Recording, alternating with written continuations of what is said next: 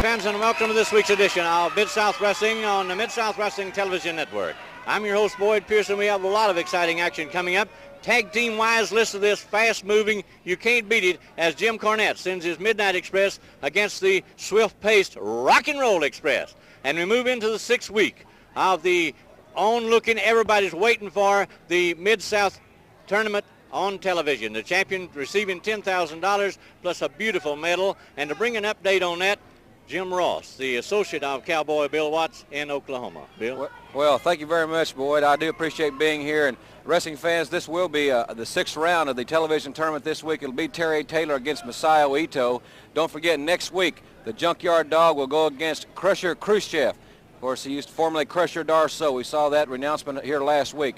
The tournament is really coming down to the fine points. They're really going for the gold, and they're going for that $10,000. And we'll talk more about the great tournament as this hour progresses in Mid-South Wrestling. But right now, Cowboy Bill Watts is standing at ringside. He has a very special interview for us. Let's go to Cowboy Bill Watts at ringside now. Ladies and gentlemen, I'm standing here with the Mid-South Tag Team Champions. And as you know, there's a tremendous amount of pressure when you hold any championship, and there's a lot of pressure internally on any team. And it's hard enough to deal with the pressure of your match when you have a problem internally. And we've seen develop a tremendous problem over the North American title, where Magnum TA was selected by the board of directors of Mid-South Wrestling to be the #1 contender for the North American title, a goal which he and Wrestling 2 as his coach had so sought. And yet when that goal came down, it seemed like it caused a tremendous amount of dissension. And you have publicly humiliated and accused this man of many things. First of all, you've accused him of being a coward. You've challenged him publicly on TV. I'd like to join with you while you watch last week, even after the way you humiliated him, and he turned and walked away rather than wrestling you. He stated he did not want to wrestle you. He turned and walked away. And yet when you got in trouble, he came to your aid. Let's watch that. These guys are an awesome team. The crowd was already hollering for the Rock and Roll Express. I think everybody wants to see the Rock and Roll Express against, and there they just beat Wrestling 2's partner. It seems like they're not satisfied with it. But they just piled right John King. But Wrestling 2, it looks like Wrestling 2, even though the match is over, Wrestling 2 is, you know, I guess he feels like he didn't quite get to prove his point, so he's out there just, wow, they hit him with that tennis racket. Boyd Pierce, they just knocked Wrestling 2's running lights out. They took Jimmy Cornette's tennis racket, and I know most of you know that just an ordinary tennis racket's not going to hurt you that bad. I have a feeling that one has got some special reinforcement. Here comes Magnum TA. Magnum TA is coming to help his coach and his tag partner, Magnum TA. This just shows you what kind of loyalty this young man's made of. Belly-to-belly suplex. Magnum TA is just really... There's Crusher Darso. Darso's just come in from behind on TA. Darso's scheduled to wrestle TA next in the television tournament match. Darso, he just rammed TA's head into that steel post. Magnum TA's down, Wrestling 2 is down. Magnum TA came and tried to save his partner after his partner still humiliated him and slapped his face here on TV, and look what Magnum TA got for it. Action here on Mid-South Wrestling, and we'll have more coming up after this Boy, word. this is out of control. They're going to have to restore some order right now. Here comes the troops. Certainly, if he was the type of individual that you had accused him of being, and after all that you had done to him, he could have well ignored what was happening to you when you took a nobody and tried to accomplish what you and TA have had a hard enough time doing as the champions, defeat the Midnight Express. But yet still, when you got in trouble, this man came to your aid, which eventually cost him possibly advancing in the television tournament. Let's watch the closing moments of that match. Young man who we've watched develop here.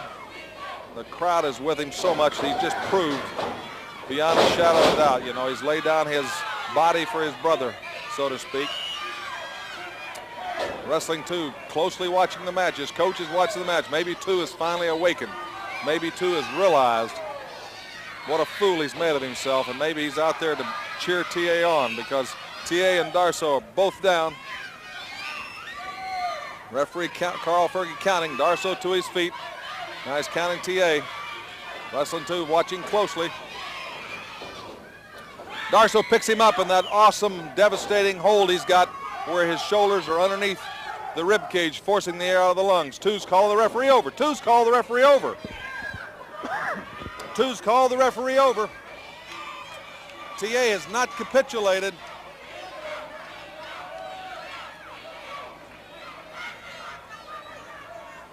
Crusher Darso's got Magnum TA up. I don't understand what's going on out here. TA has just come out. TA's just come out. Two threw in the towel. Two threw in the towel. Magnum TA's got Darso pinned. The referee doesn't know it. Two's thrown in the towel. Two. He's giving the match to Darso. He gave the match to Darso. It looked like Two threw in the towel. As his coach, he threw in the towel, capitulating the match. Magnum TA had Khrushchev, Darso, whatever you want, had him been. TA can't believe what's happened. He showed the guts and courage. Again, like I say, although badly lacerated, still wearing the butterfly bandages for the tremendous cut he received coming to your aid, yet he still went out. He didn't back down. He went out and took on Crusher Darso, Crusher Khrushchev, whatever you want to call him, a very formidable, tough, rough opponent in the TV tournament. Rather than forfeit, he went out there and carried the battle to him. And I thought maybe you'd come to your senses and you came out and looked like you'd resumed the role of coach. And yet, when he got into that formidable hold, I couldn't understand you were calling the referee over. He was fighting the hold, and he came out of the hold and had Crusher Khrushchev pinned, and you threw the towel in. Again, I ask you, with him present, why did you throw the towel in? Bill, this man was bleeding. He was in trouble. He was getting the devil beat out of him. Let's face it. He was down for the count. He was upside down, screaming, I quit, I quit, I quit. I can't stand no more. Wait a minute. You're saying that he was saying that he quit? I've never heard this man quit. You heard what I said. I said he quit. He said, I quit. That's what I called the referee over there for. That's why I threw the towel in. I didn't want him to embarrass us any further. We are supposed to be the tag team champions. I don't want any embarrassment, so I threw the towel in to where he wouldn't have to embarrass myself by quitting. So you are now saying, and this is different than your story last week when I asked you, you're now saying that he submitted and gave up in that hole. That's what I said, isn't it? And you threw the towel in for that That's reason. why I threw the towel. Coach, what in the world is wrong with you? You, of all people, know that I'm no quitter. I wasn't a quitter when I met you. That was the characteristic of me, that you thought you could make me a champion. All the hard work, all the hours of training you had me, and I never quit. And in that ring with Darso, I didn't quit. You know I didn't quit. And you know what? I know why you did what you did, because you were jealous. You were afraid that I was going to come out on top in that tournament and do something that you weren't going to have the opportunity to do. Well, I'm going to tell you something. All that aside, you and I are the champions. I'm going to put all that aside because we owe something to ourselves as the champions. We owe something to all those people out there that we represent, and I want to go on as champions and remain that way. Let me tell you something, T.A. I told you once, I'll tell you again. I picked you up from the garbage and made you a man.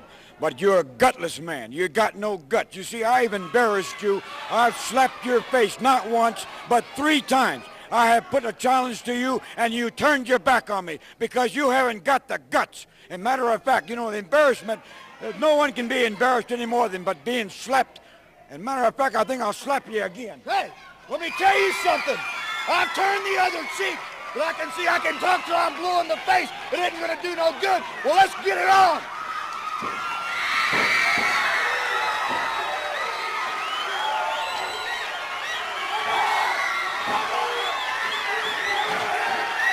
Oh, no. He's ready. He's calling it. He's Bill, ready. let me tell you something right now. He's just like the junkyard dog. You see, he's looking for an excuse. If I go in there and beat him now, he'll say he's not dressed right, he wasn't prepared. He'll have some kind of excuse, just like the junkyard dog, looking for excuses. You sign the contract, you make it legal, and I'm going to put you in that ring in front of everybody, and I'll beat you up and up. Square, fair and square. So subscribe now for ECW Network.